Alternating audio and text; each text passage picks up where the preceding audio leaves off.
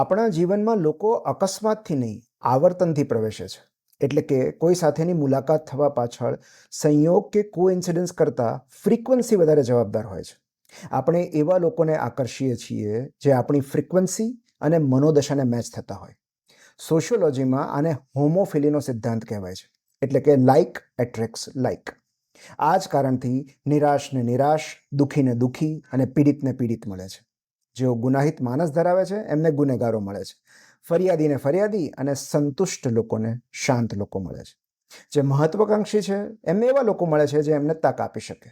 દાતાને જરૂરિયાતમંદ અને ચિકિત્સકને દર્દી મળે છે. ઓફકોર્સ આમાં અપવાદ હોય છે, પણ સામાન્ય રીતે આપણને સતત એવા જ લોકો ભટકાયા કરે છે જે આપણા આંતરિક અવાજનો પડઘો બની શકે.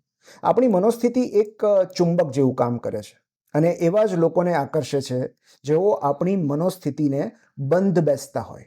એટલે કે જ્યાં સુધી આપણે પીડિતની ભૂમિકા ભજવ્યા કરશું ત્યાં સુધી આપણે એવા જ લોકોના સંપર્કમાં આવ્યા કરશું જેઓ ભાવાત્મક રીતે ઈજાગ્રસ્ત હોય. માટે ફ્રીક્વન્સી બદલવી બહુ જરૂરી છે અને એ બદલવા માટેનું પ્રથમ પગથિયું અવેરનેસ છે. મનોસ્થિતિ વિશેની જાગૃતિ. આપણા વિચારો, આંતરિક સંવાદ, ઉદ્દેશ્ય, મિત્રો, સંગાત, કોન્ટેન્ટ અને નરેટિવ નથી બદલાતું ત્યાં સુધી આપણે એ જ ભ્રમણ કક્ષામાં ફર્યા કરશું. આપણે જે પ્રકારના લોકો આપણા જીવનમાં આકર્ષવા માંગીએ છીએ આપણે તદ્દન એવા બનવું પડે છે.